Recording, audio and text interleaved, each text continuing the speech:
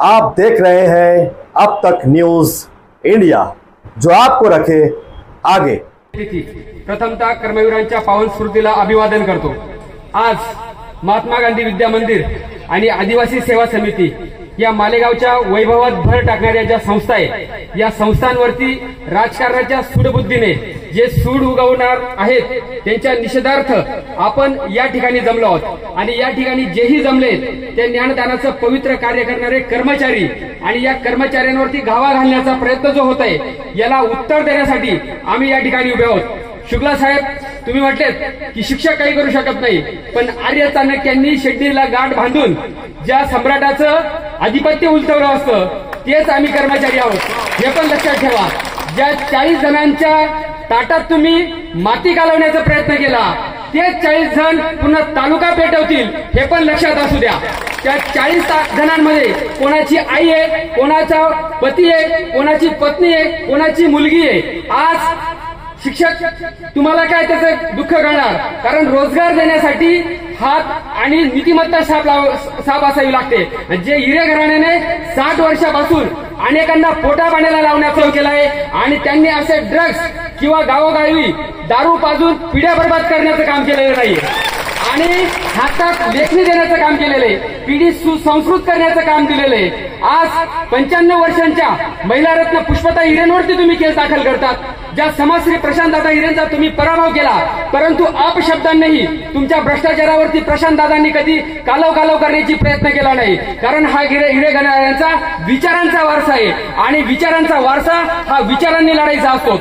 आज ज्या वेळेस हिरे घराण्याची तालुक्यात जिल्ह्यात सत्ता होती, त्यावेळेस आपला जर इतिहास वाचण्याचा प्रयत्न केला तर आज मालेगाव तालुक्याची स्थापनापासून तुम्ही मालेगाव तालुक्यातल्या महात्मा गांधी विद्या मंदिर घ्या, सेवा समिती घ्या, तुम्ही मार्केट कमिटी घ्या, शेतकी संघ घ्या, नाशिक जिल्हावरती मध्यवर्ती सहकारी बँक घ्या, या सर्वांमधून मालेगाव तालुक्यातील शेतकऱ्यांच्या, कष्टकऱ्यांच्या, वंचितांच्या, बहुजनांच्या सर्वांच्या मोठ्या पाण्याला लावण्याचा उद्योग हिरे घराण्याने केला आहे। हिरे घराण्याने कधीही कोणाच्या पोटावरती मारण्याचा प्रयत्न केला नाही, पाठीवर खंजीर खुपसण्याचं काम हिरे घराण्याने केलं नाही। कारण प्रशांत दादांची, समाजश्री दादांची एक शिकवण आहे की जो येईल त्याला पोटा पाण्याला लावण्याचं कर्तव्य हे कर्मवीर भाऊसाहेबांच्या हिरेंनी जो वारसा दिलेला आहे, जो वारसा दिलेला आहे, तोच वारसा पुढे नेण्याचं काम हिरे कुटुंब करते।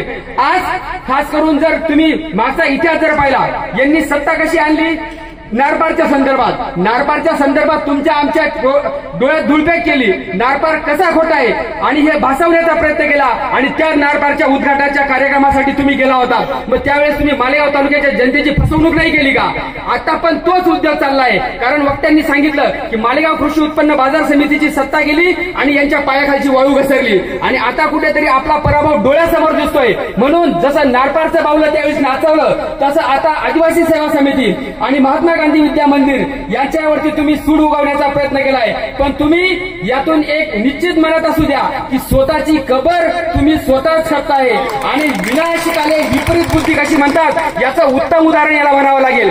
कारण जरी तुम्ही म्हणत असाल की महात्मा गांधी विद्या मंदिर सेवा समिती या हिरे कुटुंबाच्या मालकीच्या आहेत, हो हिरे कुटुंबाच्याच मालकीच्या आहेत, परंतु त्यातून बहुजनांच्या, गिरिजनांच्या, शेतकऱ्यांच्या, आदिवासींच्या, येथे उभे असलेल्या अनेकांच्या पोटा पाण्याचा प्रश्न सोडवण्याचं काम या संस्थांच्या माध्यमातून होत आहे। तुम्ही म्हणतात की मराठा विद्या प्रसारक सारखी आम्हाला महात्मा गांधी विद्या मंदिर समाज संस्था ही करायची आहे, पण आमचा तुम्हाला एक प्रश्न आहे, ज्या ठिकाणी, कारण तुमचं शिक्षण क्षेत्राशी तुमचा काही संबंधच नाही, कारण शिक्षण क्षेत्र कसं चालतं, ज्या नाशिक जिल्ह्यात मराठा विद्या प्रसारक संस्था आहे, ज्या नगर जिल्ह्यात मराठा विद्या प्रसारक संस्था आहे, सोलापूर मराठा विद्या प्रसारक संस्था आहे, पुणे मराठा विद्या प्रसारक संस्था आहे, सगळ्या जिल्ह्यांमध्ये एक स्वतःची एक मराठा समाजाची असू द्या, त्या समाजाने सर्वांना सामावून घेण्याचा प्रयत्न केलेला आहे, परंतु पॅरललपणे प्रत्येक जिल्ह्यात बहुजनांच्या, शेतकऱ्यांच्या मुलांनाही पोटा पाण्याला लावण्यासाठी प्रत्येक ज्या वेळेस जे सत्तेत होते त्यांनी शिक्षण संस्था उभारलेल्या आहेत। मग तुम्ही जर एवढे राजा हरिश्चंद्र आहेत तर तुम्हाला महात्मा गांधी विद्या मंदिरच का दिसते?